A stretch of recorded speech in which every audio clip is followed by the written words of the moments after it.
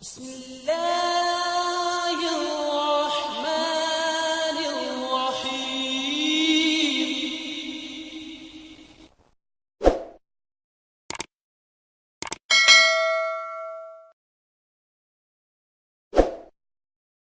کہ خلافت کی کیا اہمیت ہے اور اس کی کیا برکات ہیں، اور بالخصوص خلیفہ کی اطاعت کے حوالے سے قرآن مجید میں اللہ تعالیٰ کے کیا ارشادات ہیں، اس کے بارے میں ہمارے ناظرین کو کچھ تفصیل بتائیں۔ ناظرین کرام، رسول کریم صلی اللہ علیہ وسلم کی وفات یکم ربیع الاول سن 11 ہجری 26 مئی 632 کو ہوئی۔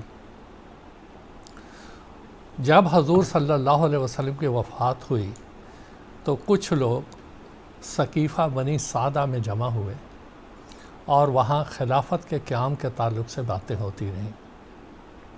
بہرحال حضرت ابو بکر رضی اللہ تعالیٰ عنہ، حضرت عمر رضی اللہ تعالیٰ عنہ، حضرت عبید اللہ بن جراح یہ وہاں پر پہنچے۔ بالآخر حضرت ابو بکر رضی اللہ تعالیٰ عنہ کو خلیفہ منتخب کیا گیا اور آپ کے ہاتھ پہ صدر بیعت کی۔ اس روز سے اللہ تعالیٰ کا یہ وعدہ پورا ہوا، وعد اللہ الذین آمنوا منکم وعاملوا الصالحات لیستخلفنہم فی الارض۔ استخلاف نبوت ختم ہو گئی، استخلاف کا دور، خلیفہ بننے کا دور حضرت ابو بکر رضی اللہ تعالیٰ عنہ کی خلافت سے شروع ہوا یکم ربیع اول سن 11 ہجری اور 26 مئی 632 کو۔ حضرت ابو بکر رضی اللہ تعالیٰ عنہ 2 سال خلیفہ رہے، حضرت عمر رضی اللہ تعالیٰ عنہ 10 سال خلیفہ رہے، حضرت عثمان رضی اللہ تعالیٰ عنہ 12 سال خلیفہ رہے، اور حضرت علی رضی اللہ تعالیٰ عنہ تقریباً 6 سال خلیفہ رہے۔ 30 سالہ یہ دور تھا جو خلافت راشدہ کا چلا۔ بدقسمتی یہ ہوئی کہ 21 رمضان سن 40 ہجری 28 جنوری 661 کو خلیفہ الراشد حضرت علی رضی اللہ تعالیٰ عنہ فجر کی نماز پڑھا کے نکل رہے تھے۔ عبد الرحمن بن ملجم نے آپ کو خنجر مارا اور اس کے نتیجے میں آپ کی وفات ہو گئی۔ یہ وہ دن تھا جس دن خلافت راشدہ کا آخری دن تھا، اور خلافت راشدہ جس کے بارے میں حضور صلی اللہ علیہ وسلم نے فرمایا تھا 30 عامن، وہ ختم ہوا یہ دور خلافت راشدہ کا، کیونکہ مسلمان عمل صالح سے اس معیار پر نہیں تھے کہ خلافت راشدہ کا استمرار رہتا۔ یہ ایک انذاری پیش گوئی تھی، اگر مسلمان اس شرط کو پورا کرتے تو اللہ تعالیٰ اس کو آگے بھی جاری رکھتا۔ بہرحال اس کے بعد جو حالات ہوئے، فیض آوج کا دور آیا۔ اس کے بعد سیدنا محمد مصطفیٰ صلی اللہ علیہ وسلم کی پیشگوئی اور قرآن مجید کی پیشگوئی کے مطابق وآخرین منہم لما یلحقوا بہم کا دور شروع ہوا۔ حضرت مرزا غلام احمد علیہ السلام کو اللہ تعالیٰ نے مسیح موعود و مہدی موعود بنا کر بھیجا۔ آپ وہ امام مہدی ہیں اور سیدنا محمد مصطفیٰ صلی اللہ علیہ وسلم کی بعثت ثانیہ کے مظہر ہیں۔ آپ نے احیاء اسلام اور دفاع اسلام کا ایک منظم سلسلہ تحریرات، اشتہارات کے ذریعہ سے 1880 سے شروع کیا، جو 26 مئی 1908 یعنی آپ کی وفات کے آخری دن تک جاری رہا۔ تقریباً یہ 27 سال کا عرصہ تھا جو چلتا رہا۔ 26 مئی 1908 کو آپ کو وفات ہو گئی، اور 27 مئی 1908 کو وہ خلافت راشدہ کا نظام از سر نو قائم ہوا۔ 1286 سال کے بعد وہ جو تار ٹوٹی حضرت علی رضی اللہ تعالیٰ عنہ کی شہادت کی وجہ سے، 25 ربیع الاول 1326 27 مئی 1908 کو دوبارہ قائم ہوئی 1286 سال کے بعد، اور حضرت مولانا نور الدین صاحب رضی اللہ تعالیٰ عنہ کو اللہ تعالیٰ نے تخت خلافت پر متمکن فرمایا، اور یہ 27 مئی 1908 کی بات تھی، اور 14ویں صدی ہجری کا 25واں سال تھا، 26واں سال۔ آپ 6 سال خلافت پہ رہے۔ اس کے بعد حضرت مرزا بشیر الدین محمود احمد صاحب رضی اللہ تعالیٰ عنہ 14 مارچ 1914 کو خلیفہ منتخب ہوئے اور 1965 تک وہ جماعت کے خلیفہ رہے۔ اس کے بعد 1982 میں حضرت خلیفۃ المسیح ثالث مرزا ناصر احمد صاحب کی وفات ہو گئی اور آپ کے بعد حضرت مرزا طاہر احمد صاحب رحمہ اللہ علیہ وہ خلیفہ بنے اور 19 اپریل 2003 کو آپ کی بھی وفات ہو گئی۔ 22 اپریل 2003 کو ہمارے موجودہ محبوب امام حضرت صاحبزادہ مرزا مسرور احمد صاحب کو اللہ تعالیٰ نے مسند خلافت پر متمکن فرمایا۔ چند دن پہلے 22 اپریل 2018 کو آپ کے دور مبارک عہد خلافت پر 15 سال مکمل ہو گئے۔ ہماری دعا ہے کہ اللہ تعالیٰ اس دور کو قیامت تک قائم و دائم رکھے اور اسی طرح یہ برکتوں کا دن چلتا رہے۔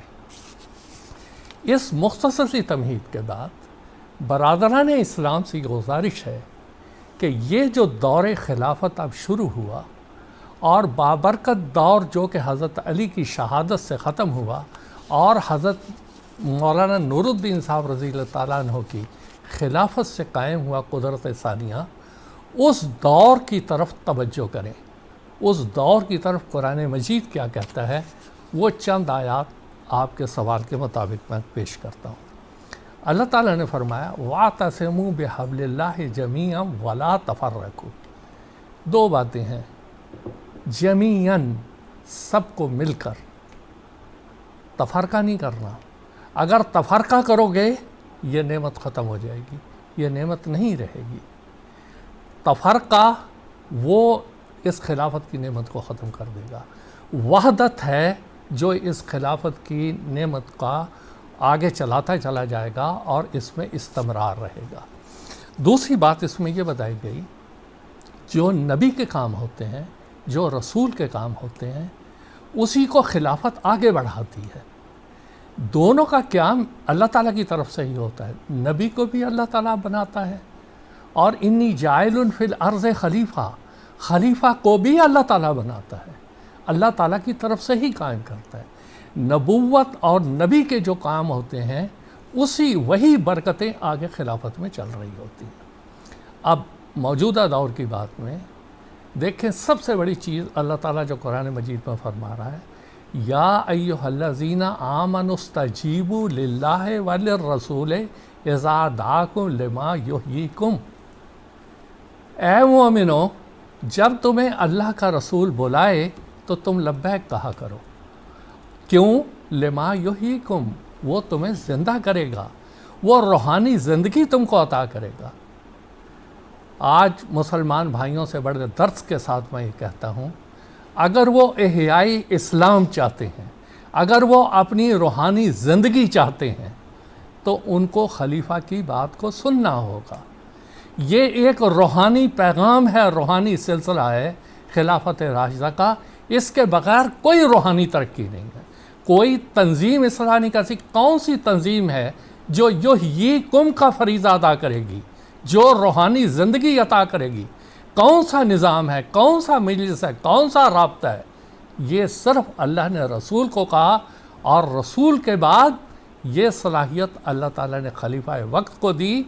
آج آپ حضور اید اللہ تعالیٰ بن صلی عزیز کو خطبات سن لیں، ارشادات سن لیں، احمدی جو سچے طور پہ اس خطبات کو سنتے ہیں وہ اپنے اندر ایک روحانی تبدیلی، ایک روحانی زندگی محسوس کرتے ہیں اور وہ انتظار کر رہے ہوتے ہیں کس دن حضور کا خطبہ آئے اور ہم اس سے سنیں۔ اب یہ سوال پیدا ہوتا ہے، قرآن مجید کی اس قسم کی ساری آیات جو قرآن مجید میں بھری پڑی ہیں، اگر یہ خلیفہ سے متعلق نہیں ہے تو وہ مسلمان بتائیں کون زندہ کرے گا؟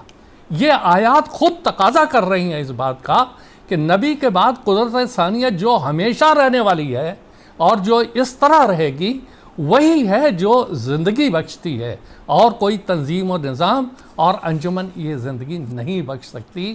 اس لیے سب سے پہلی بات یہ ہے۔ پھر اللہ تعالیٰ قرآن مجید میں پہلے نبی صلی اللہ علیہ وسلم یا حضرت مسیح موعود علیہ السلام جو امتی نبی اور رسول ہیں ان کو، اور پھر ہر خلیفہ کو اللہ تعالیٰ فرماتا ہے خذ من اموالہم صدقۃ وتطہرہم وتزکیہم بہا وصلی علیہم ان صلاتک سکن لہم واللہ سمیع علیم۔ تو ان کے مالوں میں سے صدقہ قبول کر۔ اللہ تعالیٰ نے کس کو کہا؟ ایک کو کہا، خذ، تو ان کے مالوں سے صدقہ لے، اور تطہرہم بہا، اور اس کا ذریعہ سے تو انہیں پاک کر۔ یہ کون؟ کوئی انجمن کرے گی، کوئی نظام کرے گا، کوئی تنظیم کرے گی، کوئی مجلس کرے گی؟ نہیں، خذ ایک کا صیغہ ہے، پہلے نبی اور اس کے بعد خلیفہ، وہ یہ صدقہ لے گا اور یہ ان کی تطہیر کرے گا، ان کا تزکیہ کرے گا۔ پھر اللہ تعالیٰ فرماتا ہے وصلی علیہم، اور ان کے لیے تو دعا کیا کر۔ کون دعا کرے گا؟ یا دعا کرے گا نبی، یا اس کے بعد اس کا جو جانشین خلیفہ ہے وہ دعا کرے گا۔ اور دعا کوئی مجلس نہیں کر سکتی، کوئی انجمن نہیں کر سکتی، کوئی رابطہ نہیں کر سکتا، کوئی حمایت اسلام نہیں کر سکتی، کوئی دوسری تنظیم نہیں کر سکتی۔ صرف اللہ کا قائم کیا ہوا خلیفہ وہ دعا کرتا ہے۔ پھر فرماتا ہے اِنَّ صَلَاتَكَ سَكَنٌ لَهُمْ، تیری جو دعا ہے ان کے لیے باعث تسکین ہوتی ہے۔ میرے بھائیوں، آج جتنے میرے مسلمان بھائی یہ پروگرام دیکھ رہے ہیں، دیکھیں تسکین اگر کسی کو ملتی ہے، وہ جب کسی بھی تکلیف میں ہوتا ہے، وہ حضور اید اللہ تعالیٰ حضرت مرزا مسرور الرحمت صاحب نصرہ اللہ نصراً عزیزہ کی خدمت میں لکھتا ہے، اور وہ خط لکھنے کے بعد ایک تسکین محسوس کرتا ہے کہ میرا امام میرے لیے دعا کر رہا ہے، وہ میرے لیے راتوں کے لیے جاگ رہا ہے۔ کون سی انجمن، کون سا رابطہ، کون سی حمایت، کون سا ادارہ ہے جس کی دعا باعث تسکین ہو؟ یہ تقاضا کرتی ہے کہ نبی اور نبی کے بعد اس کا جانشین خلیفہ ہے جو کہ اس مقام پر ہونا چاہیے، اور یہ تمام باتیں پوری ہوں۔ اب یہ اگلی بات اللہ تعالیٰ فرماتا ہے یا ایھا الذین آمنوا اطیعوا اللہ واطیعوا الرسول واولی الامر منکم فإن تنازعتم فی شیء فردوہ الی اللہ والرسول۔ دیکھیں، اسلام کا اللہ ایک، اسلام کا رسول ایک، اسلام کی کتاب قرآن مجید ایک، شریعت ایک، مگر بدقسمتی دیکھیں آج ان مسلمانوں نے اس کو 72 میں تقسیم کر کے رکھ دیا۔ ایک اللہ کے بارے میں 72 عقائد پیدا کر دیے، ایک رسول کے بارے میں 72 سے زیادہ عقائد پیدا کر دیے۔ وہ نور تھا، وہ بشر تھا، وہ کیا تھا، وہ کیا تھا۔ ایک کتاب کو ناسخ منسوخ اور مشکوک بنا کے ان لوگوں نے رکھ دیا۔ ایک اللہ، ایک رسول، ایک قرآن، 72 کو تم نے تقسیم کر کے رکھ دیا۔ ان 72 میں سے حق پر کون ہے، سچائی پر کون ہے، اس کا فیصلہ کون کرے گا؟ اس کا فیصلہ کرنے کے لیے کون سا ادارہ ہے، کون سا انسان ہے؟ اللہ تعالیٰ نے قرآن مجید میں یہ فرمایا تھا، اور یہ ایک استمراری بات تھی، ہمیشہ رہنے والی بات تھی۔ فَإِن تَنَازَعْتُمْ فِي شَيْءٍ فَرُدُّوهُ إِلَى اللَّهِ وَالرَّسُولِ، جب تم اختلاف کرو سیدھا رسول یا اس کا قائم مقام اس خلیفہ کے پاس چلے جاؤ۔ میرے مسلمان بھائیوں، آپ سارے یہ پروگرام دیکھ رہے ہوں گے، 72 فرقوں میں سے کوئی ایسا نہیں ہے جو ایک حرف آخر کہہ کے سارے تنازعات کو ختم کر دے، سوائے جماعت احمدیہ۔ جماعت احمدیہ کا شورا کا نظام ہے، جماعت احمدیہ میں بڑے بڑے جید علماء ہیں، وہ بھی آپس میں مسائل میں علمی اختلاف کرتے ہیں، اور جب حضور اید اللہ تعالیٰ بن العزیز کی خدمت میں وہ پیش کیا جاتا ہے، جو حضور فیصلہ فرما دیتے ہیں، ہر احمدی وہ شرع صدر سے قبول کرتا ہے اور کہتا ہے یہی اللہ کا فیصلہ ہے، یہی اللہ کے رسول اور اس کے بنائے ہوئے خلیفہ کا ہے۔ یہ وہ قرآنی آیات ہیں اور بھی بے شمار آیات ہیں جو اس بات کا تقاضا کرتی ہیں، یا اللہ کا رسول ہونا چاہیے یا اللہ کا خلیفہ ہونا چاہیے جو ان آیات کے مطابق امت کی رہنمائی کرے، ان سے صدقہ لے، ان کے لیے دعائیں کرے، ان کے اختلافات کو ختم کرے۔ یہ خصوصیت، یہ خلیفہ فقط اور فقط آج جماعت احمدیہ میں موجود ہے۔ اور میرے بھائیوں، اس نظام خلافت پہ غور کریں، اس سے باہر اور کچھ نہیں۔